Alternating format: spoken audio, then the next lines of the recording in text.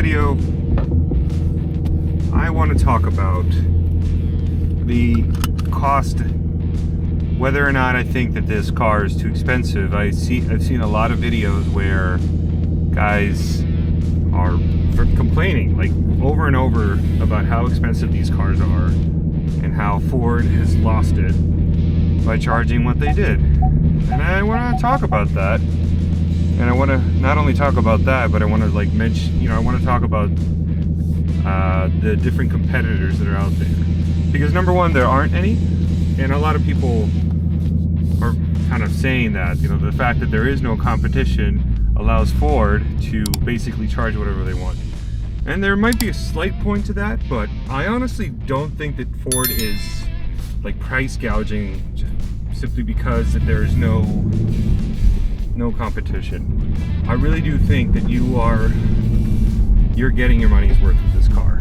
Number one, I've owned this car since November, so I can pretty much tell you that, I do feel that the money went into the car. I would call this somewhat of a premium experience. And this is coming from someone. I drive a BMW, and I would say that this is at the very least comparable to that. And I know that this is like the base car with the base seats and all that. Where else can you get a car, a V8 with a manual transmission? It just doesn't exist. You just cannot get it anymore unless you go used and you buy yourself a used Camaro or a used older Ford. A lot of people say that these cars are ugly. Beauty is in the eye of the beholder, and let me tell you, when you see this car in person, it completely changes. It changed my perception. I was a little iffy about it in the very beginning. Before I actually saw it in person, but when I did, I was like, damn, I love the angles of it. It's a good looking car. I get compliments all the time. The other day I was at the gas station and like an old lady in her 60s stopped me and said, "Is that a Mustang?" And I said, "Yeah, it's a Mustang." And she said, "Wow, that's really cool." And I'm like, "Yeah, thank you." Everybody that sees this car think it's awesome, And again, I didn't spend the fortune on this car. You can spend so much more money and not get this driving experience. I think to get somewhat of a similar experience in this one, you got to get into a Porsche, because they, thankfully Porsche has continued to support, their manual transmissions, and they make some of the best. They probably make a better manual transmission than this car has. Even the Tremec that Dark Horse has. It's a better car. It's a better transmission. But who the hell can get one? I think a base Cayman now costs about 70 grand.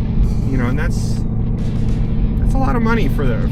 It's a very nice car. I think I'd rather have this car for what I paid for it, which was about, in the mid 40s. And I honestly think it was very worth it. Again, a lot of people complain about the MT82. I've gotten used to it. I've gotten a lot better driving stick since I've owned it, and it feels great. You know exactly which gear you're in. There's the gates are very clear. So again, let's talk about the competition. There is none, but let's think outside the box. To get a car so I'm going to only talk about rear drive vehicles, right? Cars that are somewhat similar to this one. So you got the GR86, starts about $30,000, give or take. Most people would probably buy the premium one, so we're talking a little over 36 grand. You can buy a base Mustang GT with a stick for about 40 grand after the discounts and all that stuff. These are not what I would call the best competitors. I mean, maybe 10 years ago there was a lot more out there that you could choose from. You had the Challenger, you had the Camaro, you even had the Corvette at the time with the C7. You could get a C7 with a manual transmission, of course, and it came in many different flavors. You got the base kit Corvette, which I hear was the base Stingray, the Z06. We also have BMW. Let's not forget BMW. I already had a BMW, so I really wasn't interested in getting one. You can get an M2 for about maybe mid-60s if you get it with nothing in it, absolutely no options or anything, just base with the manual. Yeah, you can get an M2 for about 66, maybe 66, 70, and that's a great car. I mean, a lot of people have kind of complained that that's kind of an ugly car too. I think it's a way better, good-looking car than the M3 and the M4 with the really weird buck teeth front. I never got into that. The only way I would get one of those is if maybe in black, because it's a little less noticeable, but I really don't like black cars because, man, in the summer they get really hot. This car with a performance pack, which is what this has with the base interior, I know cloth and all that, but it's really not that bad. It's really not that bad. And honestly, I was thinking, all the base stuff weighs less too. So, man, as far as rear-wheel drive, I think we're pretty much, that's it. I can't think of anything else. With a manual. I think that's it. So right now, this is the most affordable V8 performance car that you can get with a manual, and that is pretty insane. And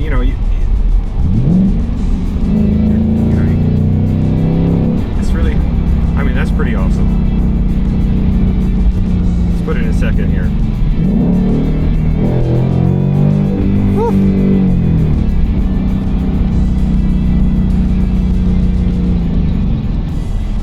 A lot of people complain that Ford, is being greedy. Last I heard, they're running a company that the goal for a company is to turn a profit. And unfortunately, given all the COVID circumstances and all the stuff that happened throughout the world, prices went up in the form of inflation. And the car cost whatever. So the fact that you say that you could get a base Mustang GT for mid-30s 5 years ago, before COVID, everything went up by like 10 to 20%. So that includes cars. The fact that Ford can even put one out in the by the time, I swear to God, when I was shopping for this car, I was considering not getting a performance pack car, which I'm very happy that I did, and I highly recommend that you do so as well. I was looking into getting just a base V8 Mustang, V8 GT, base GT, black wheels and all that stuff. I really didn't like that. But I was very tempted because I kept seeing them come up. I saw a couple come up for about the high 37s, low 38s, and I was tempted. But I knew that my heart wanted something more like this, a little more sporty. I wanted that spoiler. I wanted the upgraded suspension. I wanted the Brembo brakes. I wanted, the full package, And so I just sort of said, fuck it. I said, screw it. Let's just do it. I'm gonna do it. Let me just get the one I really want. And I also wanted it in red. So when I saw that this one came up for the mid 40s in race red, we're at the performance pack, but with base interior, which is exactly sort of how I would have ordered it. I might have gotten Magna Ride too, but whatever. Honestly, the performance pack suspension without Magna Rides is fine. If this is even as a daily, I could totally daily this car. It's not that bad. It doesn't beat you up. You can tell that it's somewhat more aggressive than the normal. And I did test drive the base GT without performance pack, and it honestly didn't feel that bad. So I would say that this is probably maybe 10 to 15% stiffer than that felt.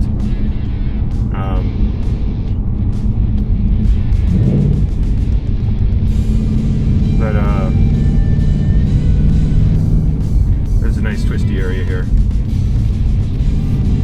But everybody drives really slow. So yeah, I was considering the base GT, but I'm very happy I went with this one.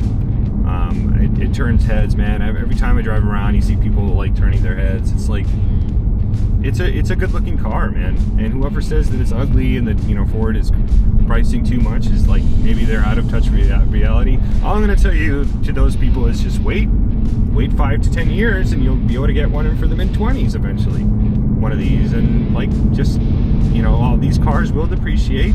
I'm aware of that. I'm not expecting this car to hold its value. I live in the real world. I understand that cars depreciate. So I didn't buy this car expecting it to be like some kind of an asset, you know, that holds its value. Yeah, I'm probably not going to drive it very much, which will help maintain its a little bit of its value, but it's still going to go down. And I'm not. So, so there's always the used market. So that's all I'm going to say. And if you can't, honestly, if you can't afford spending another $5,000, $7,000, $10,000 on a car is something that's stressing you out, then it's probably something you shouldn't do, and I wouldn't recommend that you do it. But if you really want to get an experience like this, they're not gonna, this isn't happening right now. This is it. This is the last one that you can get. So I don't understand why people are bitching so much about Ford, you know, when they could have just thrown in the towel. They could have seen that, fuck, everything's going EV, and they could have just gone with everybody else and not made anything. They could have just said, fuck it, we're scrapping the Mustang. We're not going to make one. Camaro. They probably knew the Camaro wasn't going to come, that Chevy wasn't going to make a new Camaro, or maybe they were pausing production to see how all this EV stuff, where all the EV stuff lands. But, you know, they made it, you know, and I got to give kudos to Ford for doing this, for giving us something to, you know, play around with it, to drive, you know. I honestly have nothing but mad respect for Ford for doing it, for, you know, growing a set of balls and putting out this car, even though the market wasn't necessarily, you know, the most friendly to this kind of car anymore, given all the regulations and stuff, and all the movement towards EV.